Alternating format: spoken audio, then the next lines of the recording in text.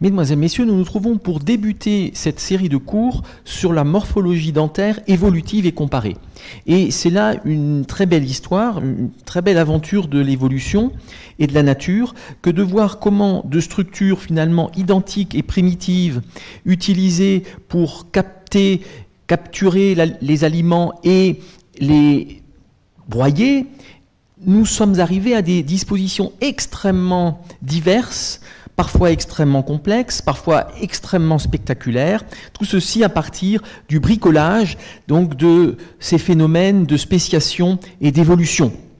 Bien entendu, l'intérêt sera ici de passer depuis ce qui est le plus ancien pour comprendre les dispositions que nous trouvons dans l'espèce humaine. C'est ceci le propre de la phylogénèse, et d'étudier ces événements historiques et biologique. Alors, vous avez bien sûr eu toute une série de cours extrêmement détaillés par ailleurs sur les dents dans l'espèce humaine. Nous sommes bien là en anatomie comparée et en évolution, espèce actuelle, espèce fossile, mais je reviens juste sur quelques points généraux. Donc, la dent, en grec, odous, odontos, d'où vient le préfixe odonte, odonto, comme l'odontologie, la science des dents, ou la clinique des dents. Et le suffixe odonte ou odontie, par exemple, l'orthodontie, ortho, on remet droit, donc on remet de façon correcte les dents dans leur place prévue. Une définition générale des dents, là ça pourrait ouvrir à de nombreux débats. Malgré tout, il y a une forme de consensus, ce sont des organes minéralisés, ceci est important. L'origine est épithélio-mésenchymateuse, ceci est aussi extrêmement important et vous l'aurez vu par ailleurs dans les cours de biologie du développement, cette interaction entre épithélium et mésenchyme avec les différents signaux de régulation. Ces dents sont essentiellement constituées d'un tissu qui s'appelle la dentine. Elles sont le plus souvent recouvertes d'émail ou acrodine et sur la partie au moins occlusale. Au point de vue fonction, elles sont multiples. La préhension, prendre l'alimentation ou une proie, la contention, la maintenir dans la cavité orale, la fragmentation et ou le broyage de ces aliments. Mais il existe aussi un aspect de communication sociale, inter-individuel, mais aussi interespèce. Tel animal qui a une denture extrêmement imposante va effectivement générer des réactions différentes, comme un animal avec des crocs par rapport à l'espèce humaine, par exemple. Il y a des relations qui se font entre structure et fonction au cours de l'évolution. C'est-à-dire que lorsque l'on regarde la morphologie d'une dent dans une espèce donnée, cette morphologie va être liée à la position taxonomique, c'est-à-dire à la situation, à la proximité par rapport aux autres espèces. Est-ce qu'on est plus ou moins proche, plus ou moins loin? Et donc avec la notion d'ancêtre commun et de distance. Et il y aura là une interaction avec des aspects fonctionnels et en particulier ici le régime alimentaire. Nous allons trouver cette notion de convergence qui fait que finalement à régime alimentaire identique, par exemple des feuilles, les folivores, ou des fruits, les frugivores, ou de la viande, les carnivores, eh bien à régime identique, il y a des contraintes mécaniques et biomécaniques identiques et ceci va amener des espèces qui n'ont aucune proximité dans la classification, aucune proximité taxonomique, vont amener ces espèces très différentes en classification à avoir une morphologie similaire de par la fonction. C'est la notion de convergence. Un autre exemple très classique de la convergence, c'est le fait que les animaux qui ont une locomotion aquatique, donc la nage, vont avoir une forme hydrodynamique adaptée, quelle que soit leur origine. Donc les poissons, qui sont des vertébrés primitifs, ont cette forme hydrodynamique, qui est celle un peu d'un sous-marin, d'une torpille.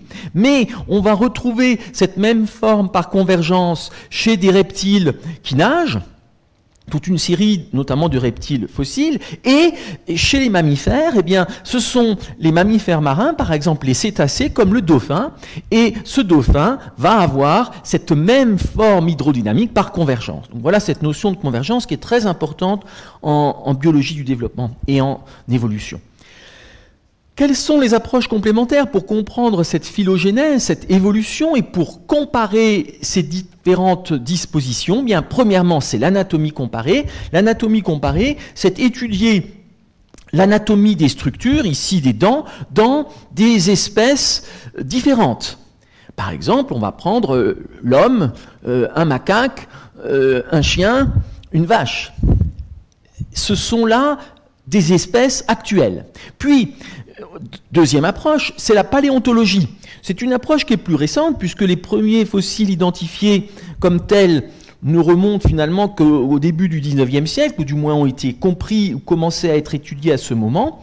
La paléontologie, c'est de l'anatomie comparée, mais pour des espèces disparues, pour des espèces fossiles. Il y a là, on considère, plus d'espèces qui ont disparu que d'espèces actuelles, et comme les tissus dentaires se conservent, se préservent très bien de par leur minéralisation, eh bien on connaît de nombreuses espèces disparues par leurs dents. Puis c'est l'embryologie, l'organogénèse. Comme toujours, il y a un lien entre ontogénèse et phylogénèse, c'est le fameux précepte de Haeckel, mais il est évident que de comprendre comment se mettent en place les différents tissus dentaires, ces interactions épithélio-mésenchymateuses, permet de comprendre aussi ce qui se passe dans l'évolution.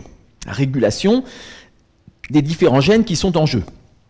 Et ceci a été repris de façon plus moderne grâce bien sûr à la découverte de la biologie moléculaire.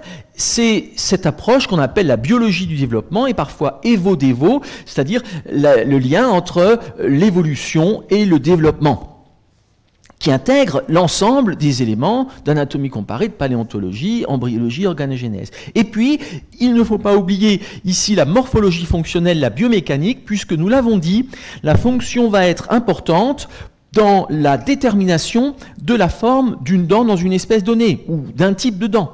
C'est cet aspect de convergence. À un régime donné, il y a des contraintes données, et donc une adaptation qui va se faire au cours de l'évolution. Alors, l'origine des dents, les dents concernent les vertébrés, donc ce grand taxon que nous avons étudié par ailleurs dans un autre cours, et par analogie, ça veut dire que ça ressemble, mais que ce n'est pas la même chose sur le plan biologique, par analogie, on pourrait rapprocher des éléments de type fonctionnel dentaire chez des insectes, autour de la bouche d'insectes qui peuvent vous mordre, ou mordre leur proie. C'est aussi le cas de certains coquillages où vous avez des bords crénelés, ou d'autres invertébrés, même si le terme d'invertébré n'est plus correct aujourd'hui, mais comme des méduses ou des pieuvres qui peuvent avoir des systèmes de rétention alimentaire qui pourraient s'apparenter à des dents, mais qui ne sont pas des dents, nous l'avons dit, qui sont des interactions épithelio-mésenchymateuses, et ce n'est pas le cas dans ces autres espèces. Donc, on va là aller vers les plus anciens vertébrés. Quels sont-ils? Nous l'avons vu dans un cours sur la biodiversité, ce sont les poissons cartilagineux, donc chondrichtien, ichthos le poisson, et chondrie qui désigne le chondros, le cartilage. Donc ces poissons cartilagineux qui sont les plus anciens vertébrés, et il y a dans l'origine des dents deux théories qui s'opposent, mais qui peut-être peuvent finalement être concomitantes. Il y a une première théorie qui est la théorie externe. En effet, ces poissons cartilagineux, donc type requin, ont un certain nombre d'écailles sur le corps, qui sont des productions cutanées, et ces écailles que nous verrons peuvent être à l'origine situées ici au niveau de la cavité orale, et de cette situation viendrait passer en position interne, intraorale. Ça, c'est la théorie externe. Donc ce sont des écailles cutanées qui viennent, pour des raisons fonctionnelles et d'intérêt évolutif, viennent se placer, pour certaines, au niveau de la bouche. Et puis pour la théorie interne, ce seraient des dents très primitives qui seraient situées très profondément, même au début du pharynx, et qui viendraient finalement avancer en région buccale, donc qui seraient à l'origine du tube digestif et qui viendraient se spécialiser en bordure de la cavité orale. Donc deux théories, mais on peut très bien imaginer que finalement, il y ait là un lien entre les deux.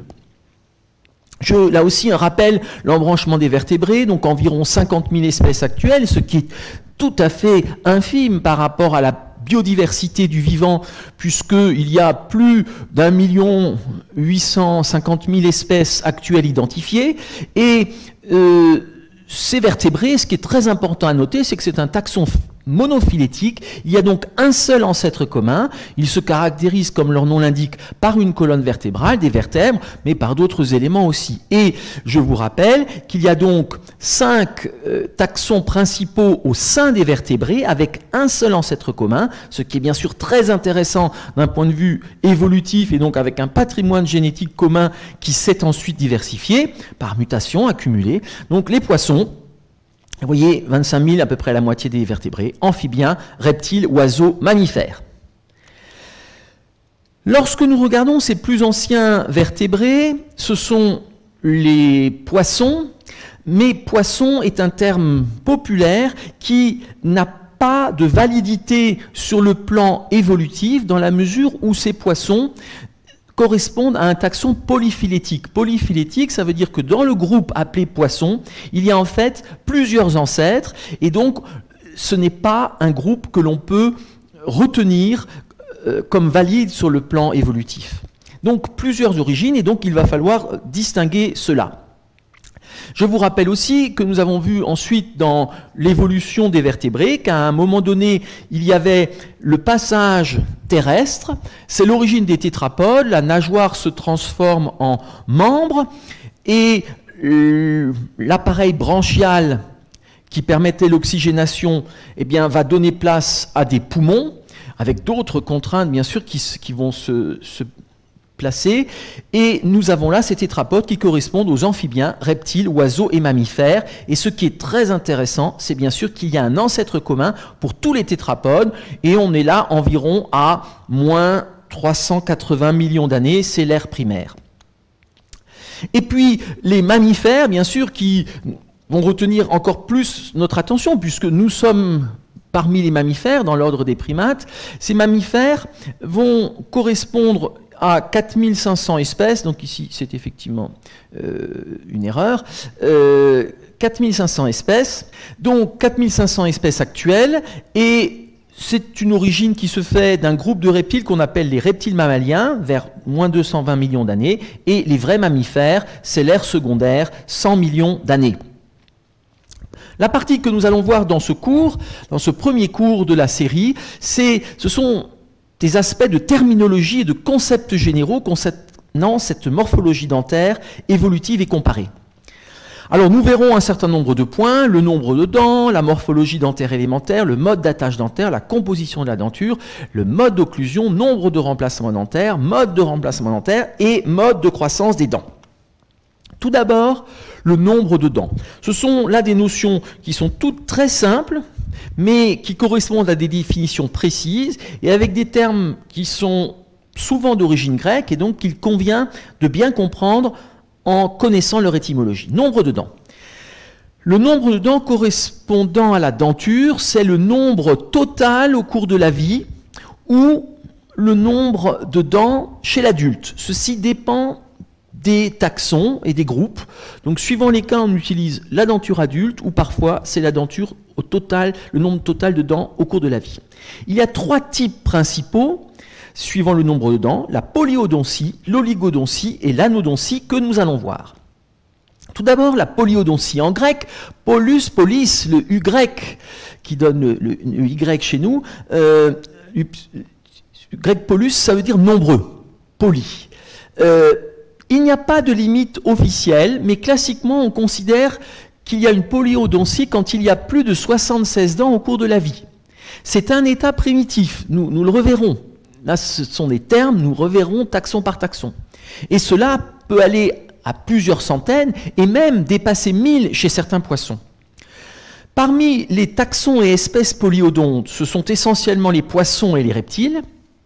Et parmi les mammifères, nous trouvons dans les cétacés le groupe qu'on appelle les odontocètes, 7 cétacés, odonto qui a des dents, donc les baleines à dents, par exemple le dauphin qui a 200 dents, le marsouin qui a 100 dents. Ceci s'opposant aux baleines qui ont des fanons ou baleines vraies. Je n'insiste pas beaucoup sur les groupes pour l'instant parce que nous reverrons cela à l'envers lorsque nous étudierons la morphologie dentaire dans les différents taxons. Là, c'est vraiment les termes qui nous intéressent, donc polyodontie. Deuxièmement, oligodontie. En grec, oligos, peu nombreux. Là non plus, pas de limite officielle.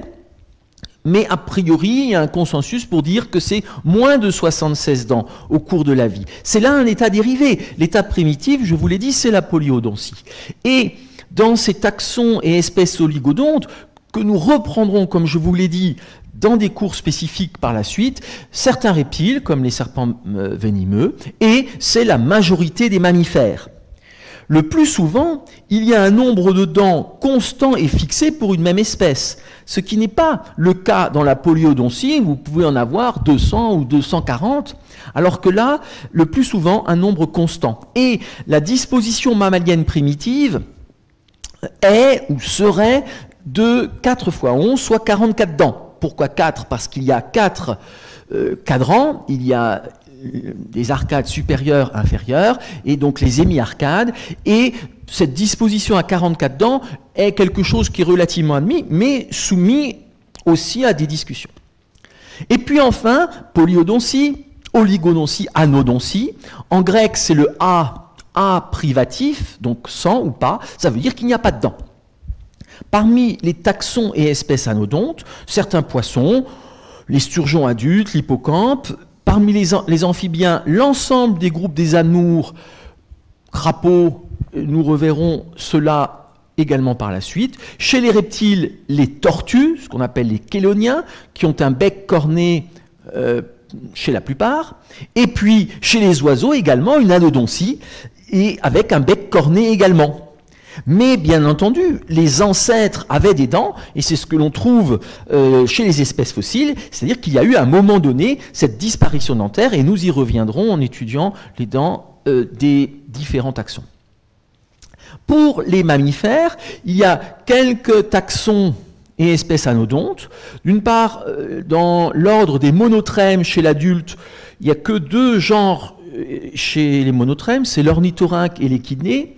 Eh bien, on trouve des lames cornées à la place des dents, donc un peu une forme de bec presque.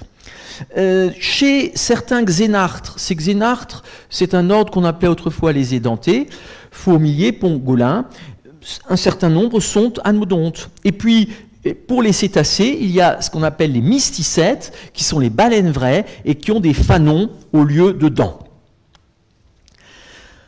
Deuxième point, la morphologie dentaire élémentaire.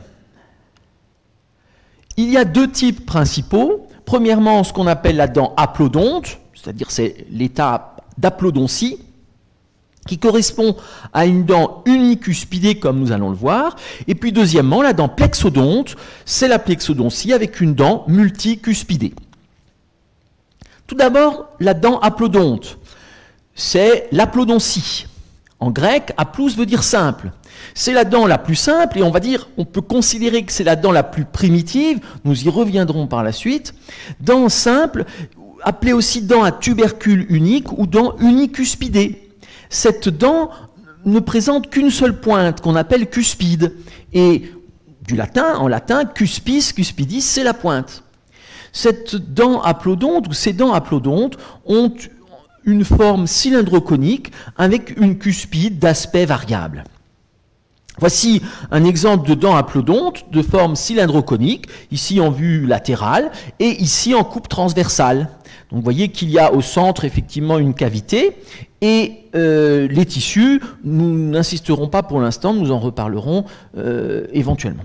Donc voilà cette dent simple, cylindro-conique et avec cette coupe perpendiculaire ici au grand axe avec une cavité centrale. Il existe une grande variété de formes de dents aplodontes. Certaines sont rectilignes, plus ou moins allongées, comme on le voit chez les amphibiens ou chez les reptiles, chez les lacertiliens, c'est-à-dire les lézards, ou chez les crocodiliens. D'autre part, ces dents peuvent être aussi incurvées, le plus souvent en arrière, c'est-à-dire vers la cavité orale, incurvée en crochet. Ceci se voit notamment chez certains poissons osseux. Elles peuvent être aussi aplaties en fer de lance, et on appelle cela lancéolé. Et le tranchant de ce fer de lance aplati peut être soit dentelé, soit crénelé, et ceci est observé chez la plupart des requins. Là aussi, nous en verrons des exemples. Nous sommes là sur le vocabulaire, sur la terminologie et sur la définition. Pour ces dents aplodoncies avec une forme ici cylindro-conique qui peut être rectiligne ou incurvée, et donc toujours en coupe transversale avec ici cette cavité centrale.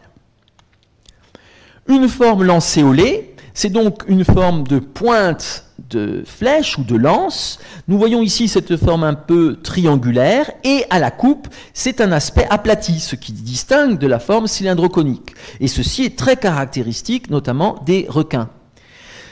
Dans la forme lancéolée, le tranchant, le bord occlusal, peut être dentelé, c'est-à-dire au lieu d'être simple, comme on l'a vu ici, eh bien, il peut être dentelé avec ici donc des petites dents supplémentaires, voire de nombreuses petites dents supplémentaires, et là, ça devient ce qu'on appelle crénelé.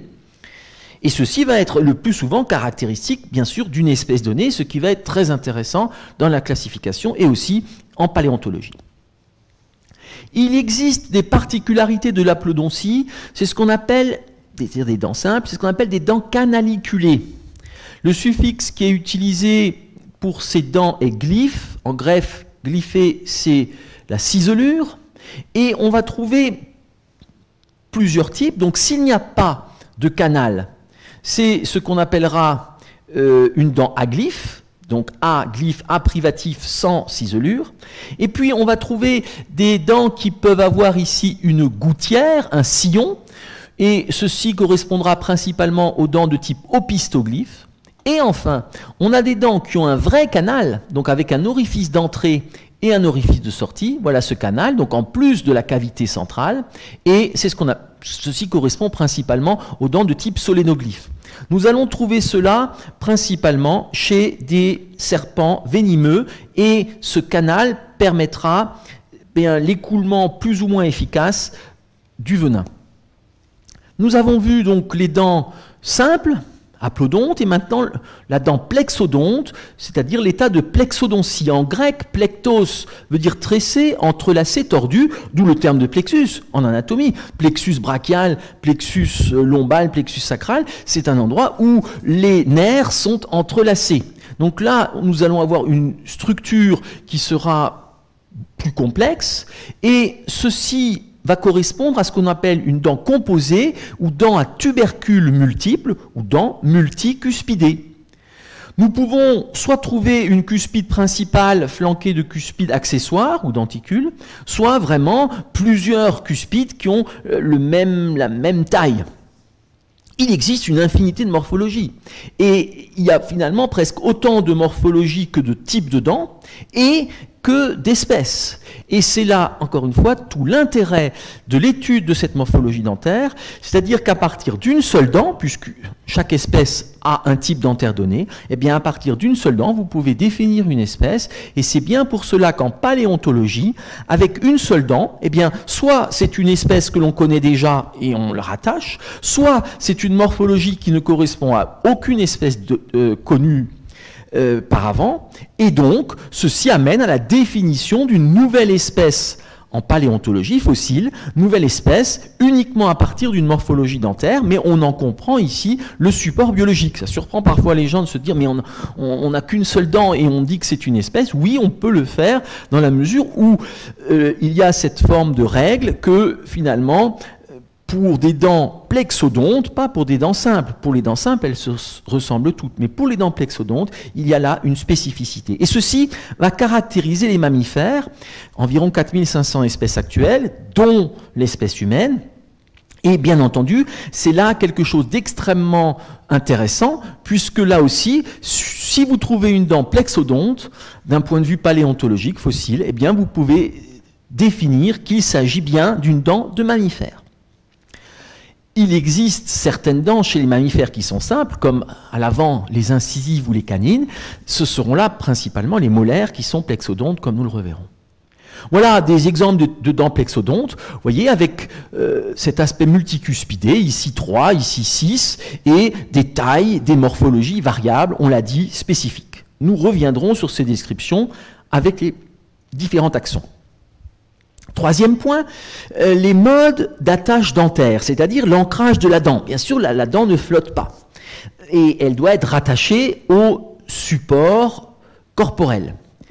Cet ancrage de la dent, ces attaches dentaires, sont donc systématiques, soit sur une pièce squelettique cartilagineuse, comme les chondrichtiens, soit osseuse, à partir des poissons osseux et jusqu'aux mammifères.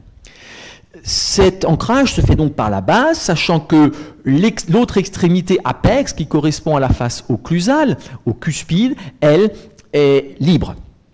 On trouve 4 types principaux d'attaches dentaires: l'attache fibreuse, attache par charnière, attache par ankylose, attache par enchâssement, que nous allons voir.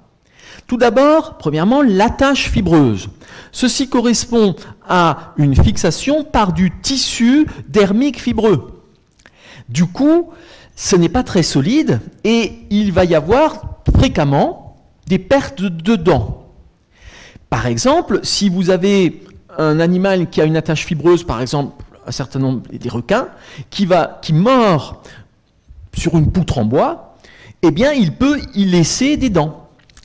L'avantage, c'est qu'en général, quand vous avez une attache fibreuse, il y a un remplacement qui se fait rapidement, et ceci facilite aussi le remplacement de dents qui seraient cassées, puisqu'elles vont tomber facilement et pouvoir être remplacées facilement. Et donc ceci correspond en particulier aux requins, qui sont des chondrichtiens, des poissons cartilagineux. Voilà ce type d'attache fibreuse sur une coupe longitudinale. C'est un poisson cartilagineux dont nous avons ici un arc cartilagineux, par exemple ce serait la mandibule. Nous avons dans le derme du tissu fibreux, et à la base de la dent, eh bien, il y a cette adhérence. Et on comprend bien que ce n'est pas d'une très grande solidité. Il y a bien sûr d'autres caractéristiques pour les requins, nous en reverrons. Deuxième type d'attache, l'attache par charnière. Et cette attache par charnière va correspondre donc à quelque chose qui peut bouger, et nous aurons un ligament élastique qui retient la dent à son support, et ceci correspond notamment à des dents à ressort. Ces dents vont pouvoir se rabattre vers l'intérieur lorsque la proie arrive vers la bouche, et une fois que la proie est rentrée, la dent revient à sa place et donc forme une sorte de piège pour la proie. Ceci se trouve notamment chez le brochet, et donc il y a là une prédation particulièrement spécialisée.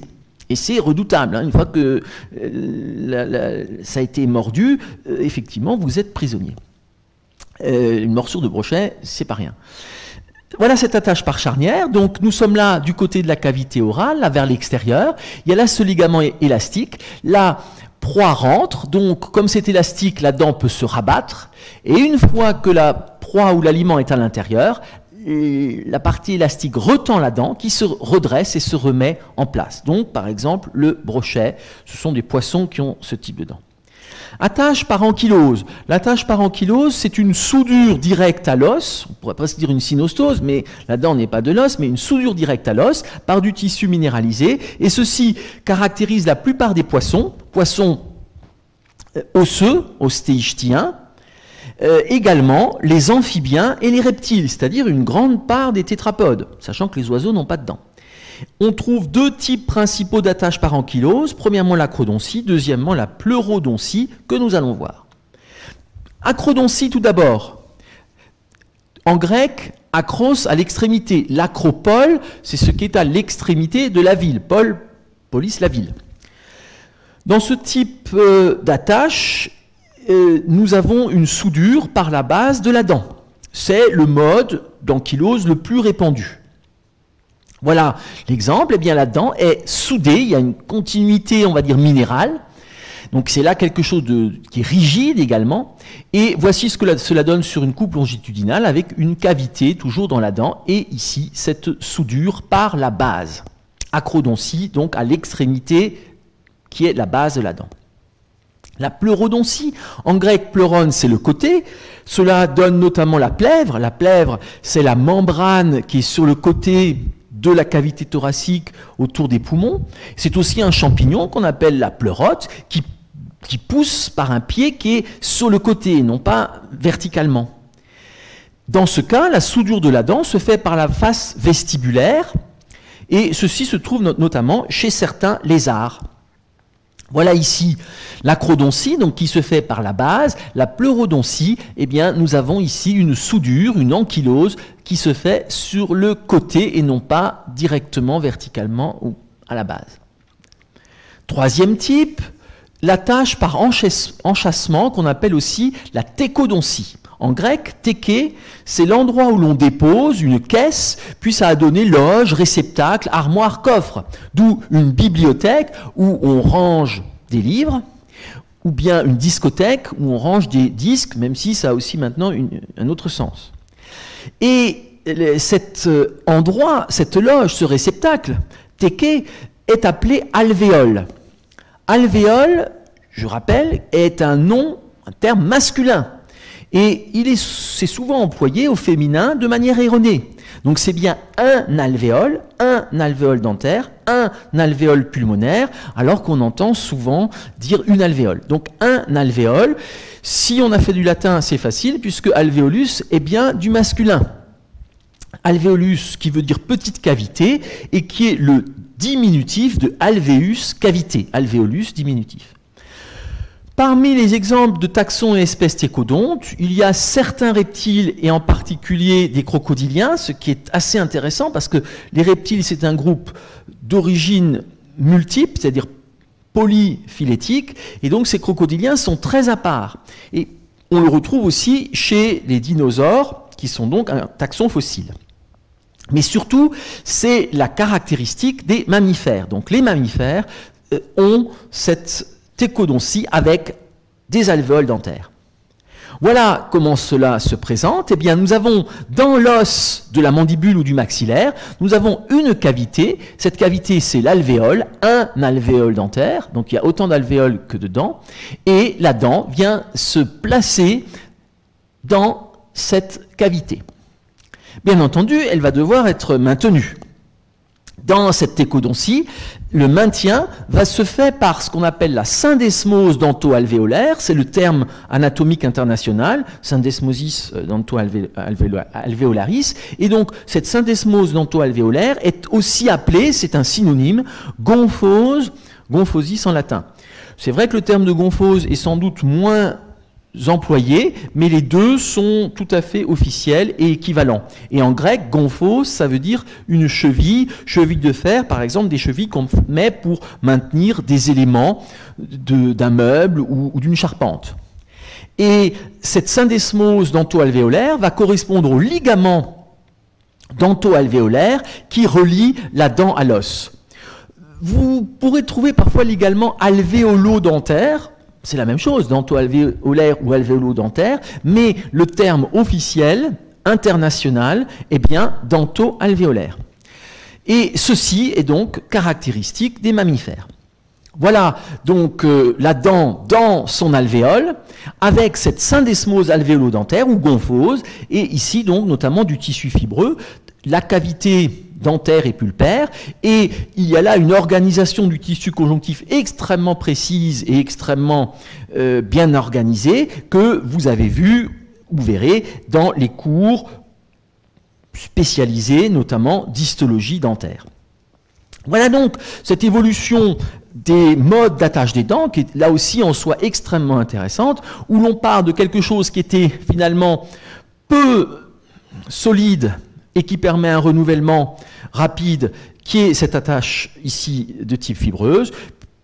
Petit cas particulier de ligament élastique pour le brochet. Chez beaucoup de tétrapodes, donc une soudure, et puis ici les mammifères avec cet aspect d'alvéole et de ligament. Quatrième point de cette terminologie de base et de ces concepts élémentaires, la composition de la denture. On va distinguer deux types, l'homodontie et l'hétérodontie, que nous allons détailler. Premièrement, l'homodontie. En grec, homos, identique, semblable.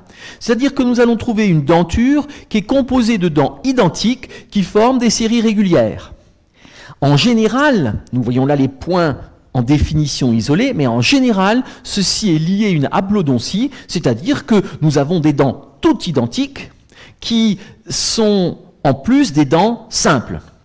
Parmi les taxons et espèces homodontes, nous allons trouver les poissons, les reptiles, notamment les lacertiliens ou lézards, certains crocodiliens, et ceci est exceptionnel chez les mammifères, et on va le retrouver en particulier chez les cétacés, odontocètes, comme le dauphin, et ceci est dans un cadre de convergence, puisque justement, ce sont des mammifères marins avec une vie aquatique et une alimentation aquatique, comme l'étaient les poissons.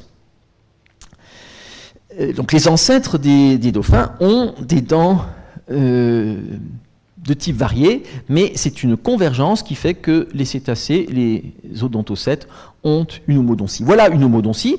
Donc on a ici une série dentaire avec des dents toutes identiques et, je l'ai dit, le plus souvent, il s'agit donc bien de dents simples, de dents haplodontes, ici de type cylindro-conique. Deuxième possibilité, c'est l'hétérodontie, en grec hétéros, différent. Donc on va avoir une denture composée de dents de morphologie différente.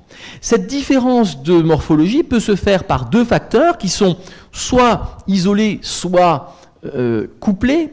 Premièrement, des différences de taille, c'est ce qu'on appelle l'hétérodontie dimensionnelle, ou des différences de forme, c'est l'hétérodontie formelle. Dans l'hétérodontie dimensionnelle, ce sont des dents qui sont de forme identique, simplement qui vont avoir des tailles, des hauteurs, des volumes différents. C'est l'homodontie hétérométrique, donc métrique la mesure, et hétéro-différente. Ceci va se trouver notamment chez les serpents pour le crochet venimeux, et parmi les reptiles, chez les crocodiles vrais, comme nous le reverrons et l'illustrerons par la suite. Encore une fois, ici, des définitions. Dans l'hétérodontie formelle, il y a maintenant des différences de forme. Et donc, pour ces différences de forme, nous allons trouver des dents qui ne seront plus seulement des dents haplodontes, mais aussi des dents qui seront plexodontes. C'est en général le cas de la différenciation entre des dents labiales, incisives et canines, qui vont être simples, relativement simples, de type presque haplodonte, alors que les dents jugales, prémolaires et molaires, seront plexodontes. Donc déjà, le simple fait qu'il y ait des dents labiales, incisives et canines d'un type et des dents jugales, prémolaires et molaires d'un autre type, est déjà en soi une hétérodontie formelle. En plus, entre les molaires, nous aurons des différences. Cette hétérodontie formelle caractérise les mammifères, c'est ce qu'on appelle une denture sectorisée, donc incisive, canine, prémolaire, molaire, et là aussi, cela sera extrêmement instructif en paléontologie pour identifier une dent fossile qui serait isolée.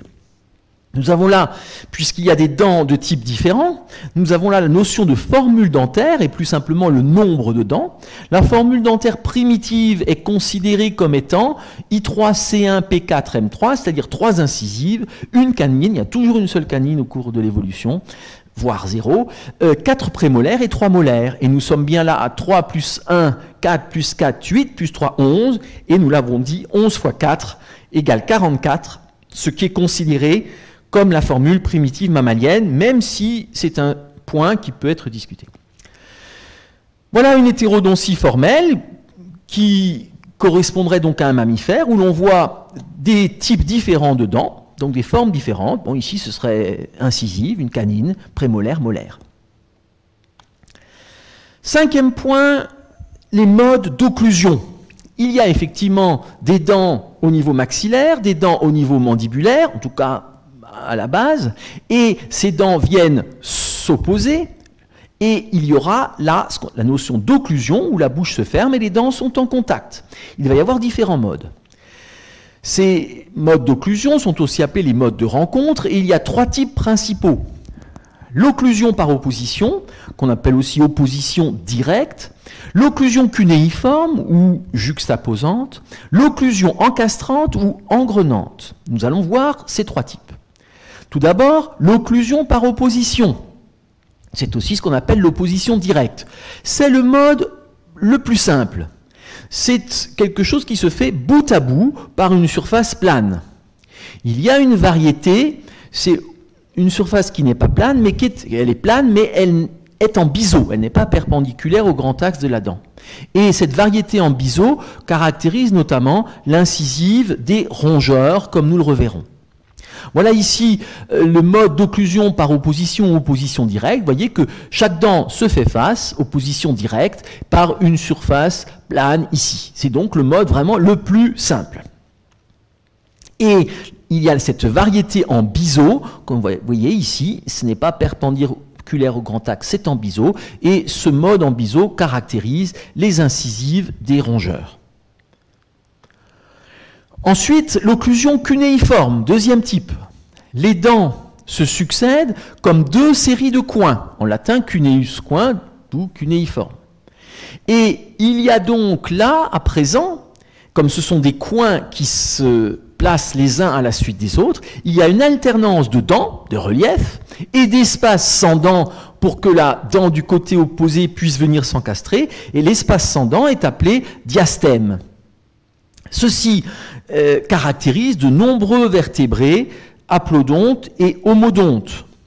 Alors, voilà cette occlusion cunéiforme juxtaposante, premier exemple. Vous voyez que là, nous ne sommes plus en opposition directe, mais qu'il y a bien une dent de l'arcade maxillaire, une dent de l'arcade mandibulaire. Elles viennent s'encastrer en forme de coin, et il y a obligatoirement du coup la nécessité d'un espace entre les dents, et cet espace entre les dents est appelé diastème. Un autre exemple, avec des dents qui seraient d'une morphologie plus complexe, comme des dents aplodontes, ici, soit de type dentelé, soit de type tricuspidé, eh bien, nous avons ici le même aspect, donc cette occlusion qui se fait en forme de coin, avec nécessité d'un diastème.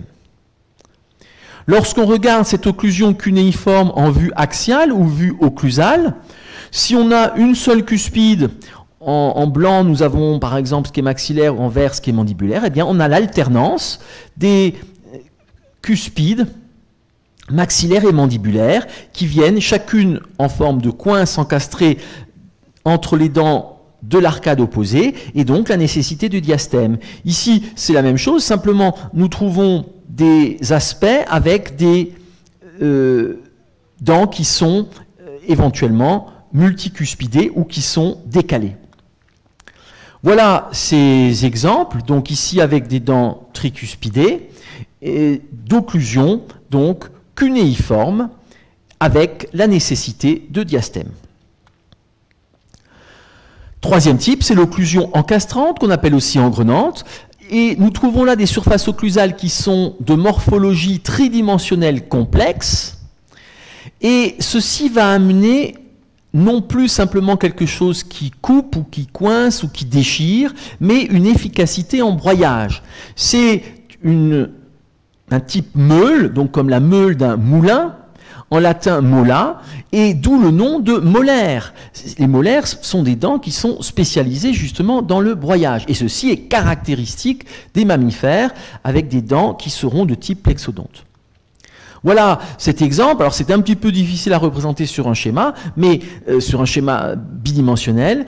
Ce sont là donc des reliefs tridimensionnels avec des orientations dans les trois directions de l'espace, plan frontal, sagittal et transversal. Et donc nous voyons ici qu'il y a ces encastrements qui sont tridimensionnels et qui vont donc là coincer les éléments finalement et fonctionner comme une meule pour broyer les éléments. On aura bien sûr là quelque chose qui va être d'une efficacité tout à fait différente et va permettre des régimes alimentaires différents. Sixième point, le nombre de remplacements dentaires. C'est aussi ce qu'on appelle le nombre de dentitions. La dentition, c'est l'ensemble des dents d'une même génération dentaire, et si on parle de remplacement dentaire, il y a là des générations. Le suffixe qu'on utilise pour désigner ce nombre de remplacements dentaires est phyodontie, c'est un suffixe donc qui vient du grec phio, pousser, croître. On est bien là dans la notion de croissance et de remplacement dentaire. Nous allons trouver 3 types principaux de remplacement dentaire, la polyphyodontie, l'oligophyodontie, et le plus souvent c'est une diphyodontie, et enfin l'anodontie, et nous allons voir en détail ces 3 points. Tout d'abord, la polyphyodontie, donc phyodontie qui caractérise le renouvellement dentaire, la génération dentaire, et polus, nous l'avons déjà vu, veut dire nombreux. C'est-à-dire que nous allons trouver dans une espèce polyphyodonte de nombreuses dentitions successives. Et en général, ce sont des dents qui sont toutes semblables. Quels sont les taxons et espèces polyphyodontes? Eh bien, ce sont essentiellement les poissons et les reptiles. Et l'on va jusqu'à 100 dentitions successives. Chez certains poissons qu'on appelle élasmobranches, et on rejoint, puisque tout est lié, on rejoint le fait, je vous l'avais dit, que ces dents étaient peu fixées de façon fibreuse, elles peuvent donc tomber facilement, mais elles se remplacent aussi facilement, puisqu'il y a de très nombreuses générations. Et nous trouvons encore 20 dentitions chez le crocodile, chez les crocodiles. Deuxième aspect, c'est l'oligophyodontie. Oligos, peu nombreux, donc peu nombreux renouvellements de dents, peu nombreuses dentitions, et ceci est caractéristique des mammifères. C'est-à-dire qu'au cours de l'évolution, on est passé de très nombreuses dentitions à un nombre restreint. En l'occurrence, on dit oligo peu nombreux, mais en pratique, c'est la diphyodontie qui est de loin la plus fréquente. C'est la majorité des taxons et espèces de mammifères. Dit 2, donc on a 2 dentitions. Ces 2 dentitions, c'est d'une part la première dentition déciduale, qui est aussi parfois, souvent appelée improprement lactéale. Puis deuxième dentition, qu'on appelle la dentition permanente, ou aussi dentition adulte. C'est donc là la règle. On est passé de très nombreuses, vous voyez chez les crocodiles on est encore à 20, on est passé chez les mammifères à 2 dentitions. Il existe un cas qui correspond à peu nombreux, c'est une seule dentition, c'est ce qu'on appelle la monophyodontie, mono seul. Et il n'y a qu'une seule des 2 dentitions qui se développe, donc l'ancêtre avait 2 dentitions, et ceci caractérise quelques très rares mammifères actuels, comme nous le reverrons. Enfin, l'anodontie, à l'extrême, on avait beaucoup de dentitions, puis plus que très peu, 2, voire 1, et puis s'il n'y a aucune dentition, par définition, c'est l'anodontie, aucune dentition, aucune dent. 7e et dernier point, les modes de remplacement dentaire. Il existe 3 modes principaux, mode latéral, mode vertical, mode horizontal, que nous allons voir en détail à présent. Premièrement, le mode latéral. Il caractérise la majorité des poissons et parmi les reptiles, on va le trouver également chez les serpents et chez les lacertiliens, c'est-à-dire les lézards. Ce mode latéral va constituer des familles dentaires, c'est-à-dire de même génération de remplacement, qui peuvent être disposées en spirale, par exemple chez des requins, en rangs de dents parallèles, qui sont échelonnés à différentes hauteurs, comme nous le reverrons, par exemple chez les varans, et avec une dent fonctionnelle, autre type, avec une dent fonctionnelle érigée et des dents de remplacement couchées, comme par exemple les serpents. Nous allons voir quelques exemples. Voilà ici ce mode de remplacement latéral. Nous sommes à droite, là, dans le versant oral, soit lingual, soit palatin, c'est-à-dire on est du côté de la bouche, de la cavité orale, et ici on est sur le versant externe, vers l'extérieur. Eh bien, les dents prennent leur origine ici, à la partie basse, dans la cavité orale, et ont une croissance progressive, mais en même temps, elles avancent vers le haut, pour arriver jusque à la partie toute supérieure ici de l'arcade. Donc nous avons bien là plusieurs générations dentaires, 1, 2, 3, 4, 5, 6, c'est une coupe longitudinale, et donc en même temps nous avons ces 6 générations, et en même temps il y a cette croissance qui se fait jusqu'au maximum, puis il y a ici une usure, c'est ce qu'on retrouve ici, et finalement la dent vient tomber, puisque c'est une attache fibreuse et c'est facile. Donc, nous avons là plusieurs rangs de dents. Alors, c'est ce que l'on voit ici, on l'a vu sur la coupe longitudinale. Si on le regarde ici en vue axiale ou en vue occlusale, eh bien, on voit ici plusieurs rangées de dents qui partent de la partie basse endo-orale et qui vont arriver à la partie supérieure, s'user, puis tomber vers l'extérieur. Nous en reverrons des exemples avec les différents taxons. Deuxièmement, le mode vertical. Dans le mode vertical, le germe de remplacement est situé sous la dent de première dentition. C'est l'immense majorité des mammifères et finalement on n'a pas le choix quand on a une téchodontie. L'autre dent est obligatoirement en dessous dans la même cavité. Voilà ce mode vertical. Vous étudierez, vous l'avez étudié bien sûr en détail, cela dans l'espèce humaine, puisque ce n'est pas simplement une simple dent qui tombe, mais il y a des phénomènes de croissance concomitante et de résorption ici radiculaire. Mais nous voyons bien ici la dent de la première dentition, lactéale, et puis ici la dent permanente qui vient croître de façon verticale dans le même alvéole. Le troisième mode, c'est le mode horizontal qui est tout à fait exceptionnel et c'est le cas lorsque dans l'évolution on a des mâchoires, donc mâchoires au sens populaire on va dire, mais maxillaire ou mandibule, surtout mandibule, de grande brièveté et qui n'admet en même temps qu'une seule dent jugale, c'est-à-dire une dent de type molaire.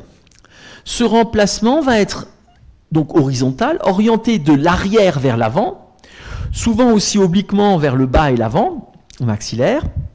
Et donc on a en même temps une seule dent qui fonctionne sur chaque arcade, sur chaque hémi-arcade, qui vient s'user et avancer et va être remplacée par une dent qui est plus en arrière.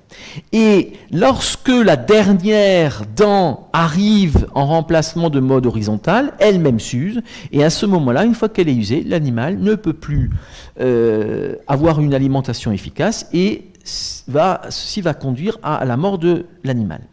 Ceci est rare, mais caractérise en particulier les éléphants, aussi les lamantins, c'est l'ordre des siréniens, des mammifères aquatiques. Voilà ce mode donc, qui caractérise notamment l'éléphant, c'est une vue latérale. On voit ici une grosse molaire, une en haut, une en bas, grosse molaire, qui est ici en plein développement, qui va s'user.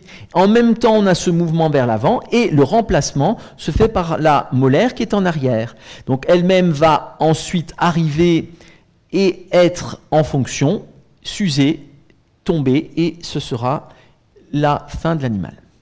Huitième point, j'avais dit dernier point pour le septième, huitième point, qui sont les modes de croissance des dents. Mode de croissance des dents. Comme je vous rappelle, pour la polyphyodontie, nous avons vu que les dents étaient régulièrement remplacées, mais pour les mammifères, il y a un seul remplacement, et nous avons les dents adultes qui sont les dents permanentes. L'influence du mode de croissance va être liée à la morphologie de la couronne qui est recouverte d'émail, comme nous allons le voir. Il existe deux types principaux, des dents à croissance limitée, c'est ce qu'on appelle la brachiodontie, et des dents à croissance prolongée ou continue, c'est ce qu'on appelle l'hypsodontie. Donc, nous avons là un phénomène temporel qui va influer sur la morphologie de la couronne de la dent. Premièrement, les dents à croissance limitée, c'est la brachiodontie. Donc, croissance limitée, c'est temporel. La croissance s'arrête à un moment donné, en général avant la vie adulte, et ceci est lié à une morphologie particulière qu'on appelle brachiodontie. En grec, brachos veut dire court, d'où brachycéphale, qui est un crâne qui est court en antéro-postérieur, donc plutôt de type rond.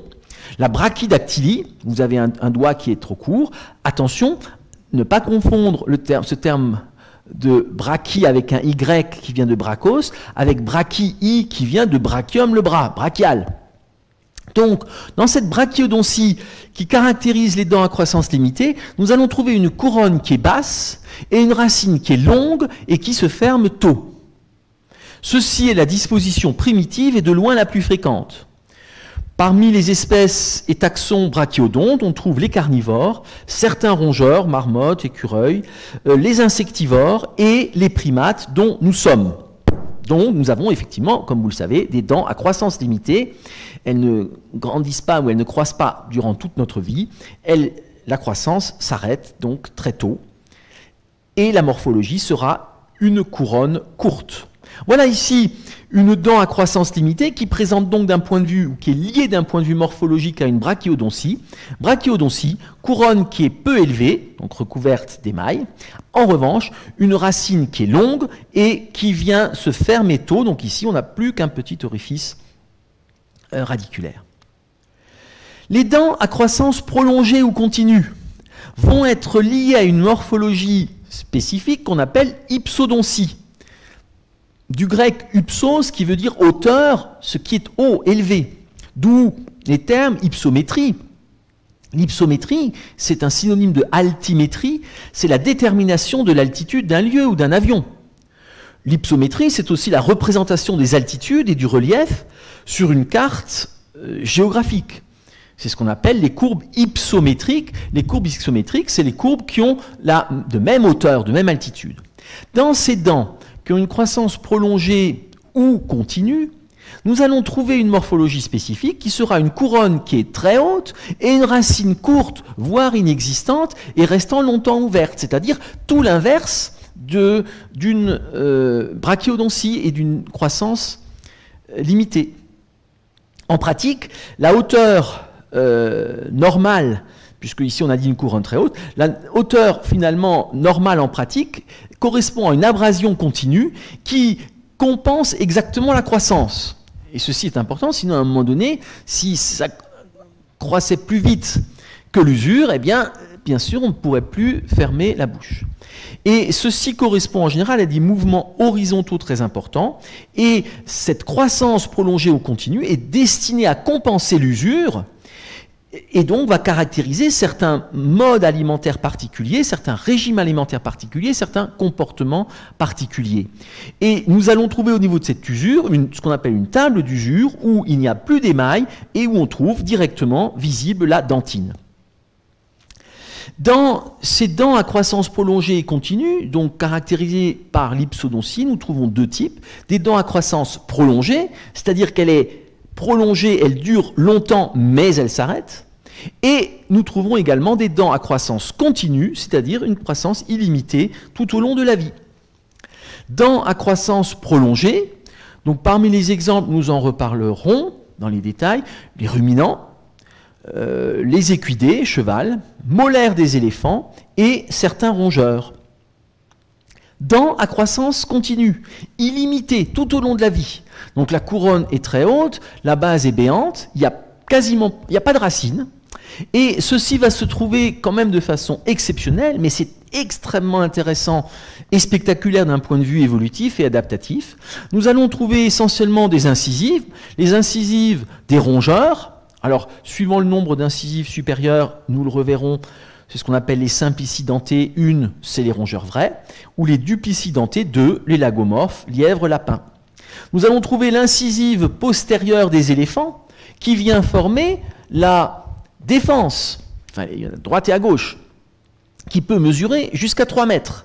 C'est bien une incisive, et donc avec cette croissance continue. Nous trouvons également chez les primates, et ceci est une exception, chez un prosimien, donc un primate primitif qu'on appelle le Dombantonia ou ai, une incisive à croissance continue.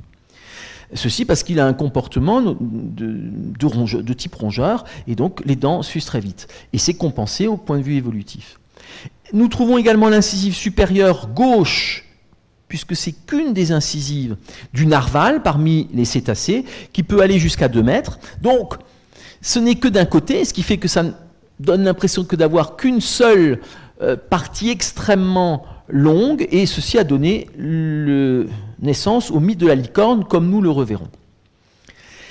Nous trouvons également d'autres dents que les incisives. Il y a des canines chez les suidés, c'est-à-dire la famille des porcs et sangliers, également canines du chevreautin.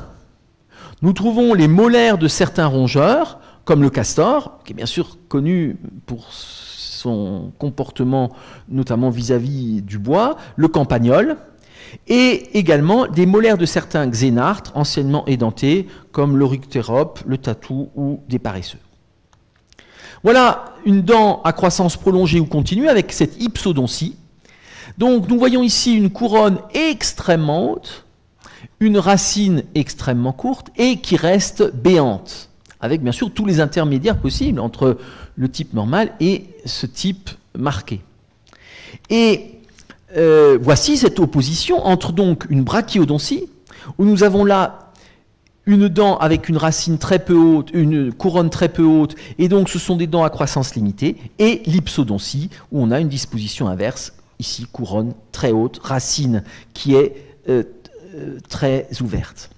Donc, dans ces dents à croissance prolongée ou continue, nous avons une usure, et donc cette croissance prolongée ou continue compense l'usure liée au régime, et donc en fait, il n'y a jamais en haut, très peu, juste vraiment chez les individus jeunes, d'émail visible sur la partie occlusale. Il y a une usure ici, c'est la table d'usure, et donc on arrive à cette disposition-là, ce qui fait que sur la face occlusale, on voit apparaître ici de la dentine de façon normale, qui a bien sûr une couleur différente par rapport à l'émail qui est beaucoup plus blanc et brillant.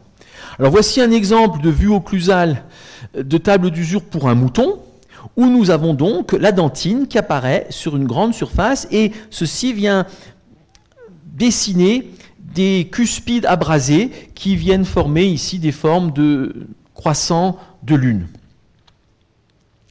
Donc, dans cette hypsodontie, voici cette table d'usure que nous voyons ici sur la coupe longitudinale, avec la dentine qui apparaît, l'émail en périphérie, et ici la même chose en vue axiale ou occlusale, ce qui va donner des dessins complexes par l'usure, qui vont permettre de donner l'âge d'un individu, mais qui sont aussi spécifiques d'une espèce donnée.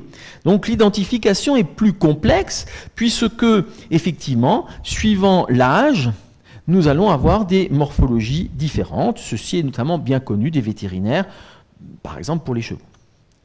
Je vous remercie pour votre attention.